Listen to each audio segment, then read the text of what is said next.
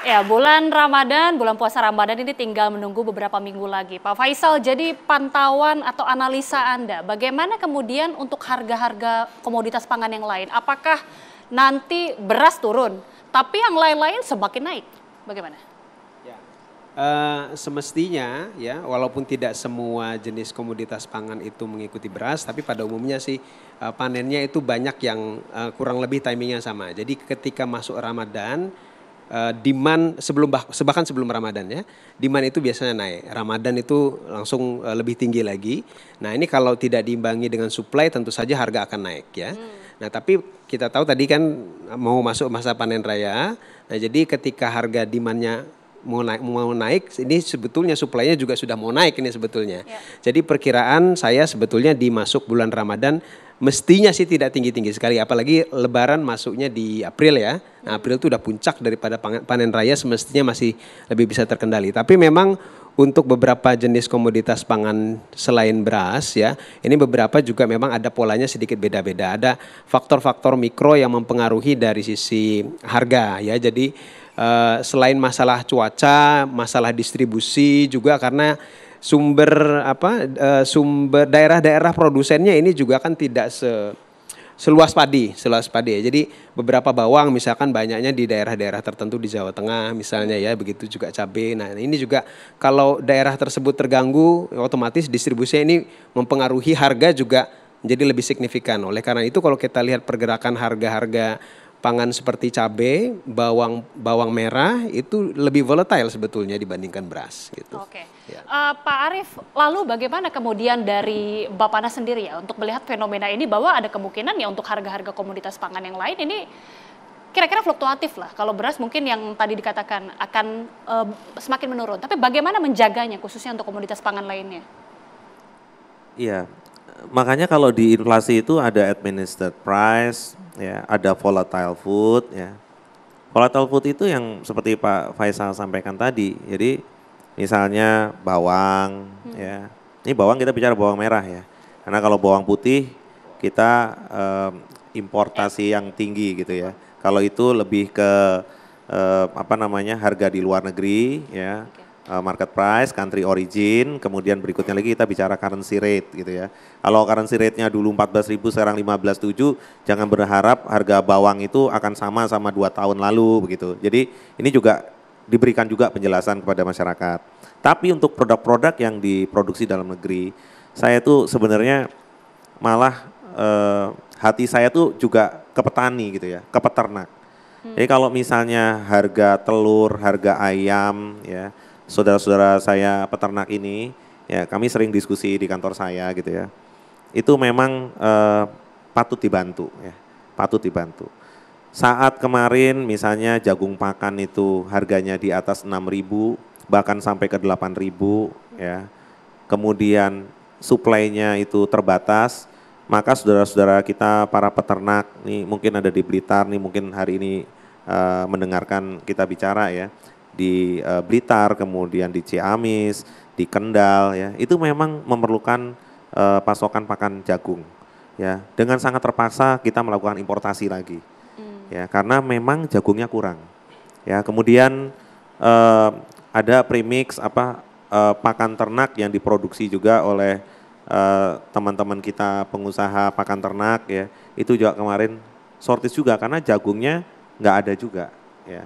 Nah, dengan demikian mungkin saya ingin menyampaikan dalam forum yang baik ini, yuk kita tingkatkan produksi dalam negeri.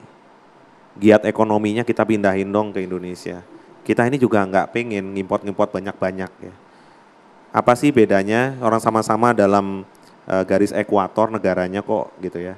Sama-sama nih garis ekuator, artinya iklimnya sama gitu ya.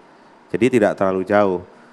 Nah, keseriusan ini ya tentunya tidak bisa sendiri ya. Jadi harus memang didesain ya secara detail. Ya.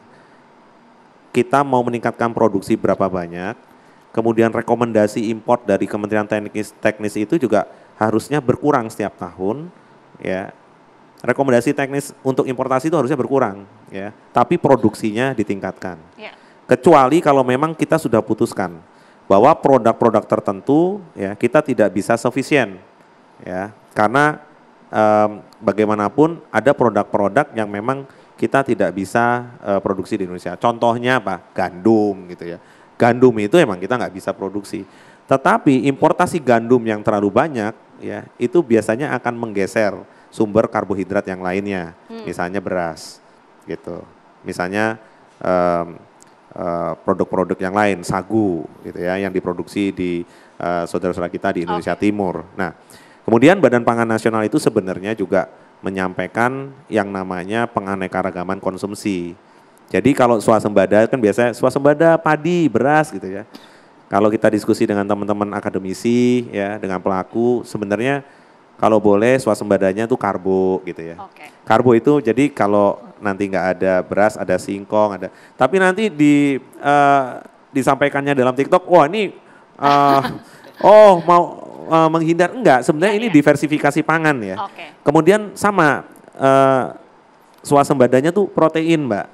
Jadi bukan harus red meat, daging merah ya, tetapi bisa dengan ikan. Kalau teman kita di Sulawesi bilang ikang gitu ya. Jadi ini bisa diisi gitu ya.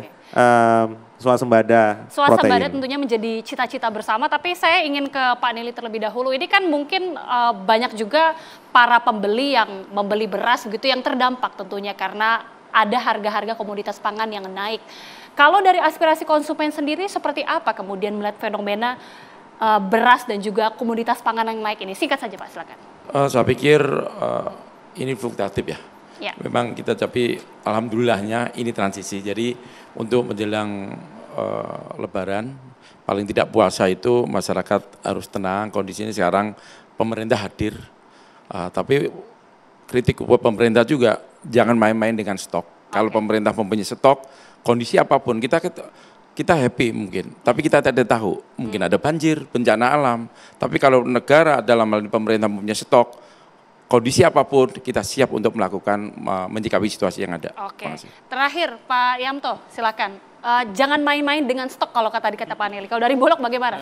Jadi yang pertama kita semua kan ingin harga stabil dan pemerintah melakukan intervensi apabila harga tidak stabil.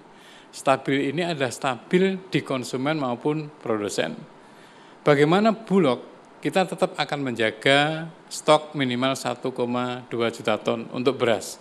Dan program-program SPHP, bantuan pangan sesuai dengan penugasan akan kita terus lanjutkan. Kita sekarang juga sedang bersiap-siap untuk melakukan penyerapan dalam negeri. Kita sudah menyiapkan 10 lokasi sentra penggilingan padi. Itu yang akan kita maksimalkan nanti pada saat panen raya. Yang lain tentu saja kita akan bekerja sama dengan para pelaku usaha, perpadi, penggilingan sehingga kita bersama-sama menjaga komoditas pangan bisa menjadi stabil. Tentunya harapan kita bersama, tapi terima kasih sekali lagi Pak Yamto, terima kasih Pak Faisal, terima kasih juga Pak Arief, dan terima kasih Pak Nili sudah bergabung bersama kami di Indonesia Biz Forum. Dan pemirsa, mewakili kru bertugas, saya Gita Mahlika mengucapkan terima kasih, selamat malam, sampai jumpa.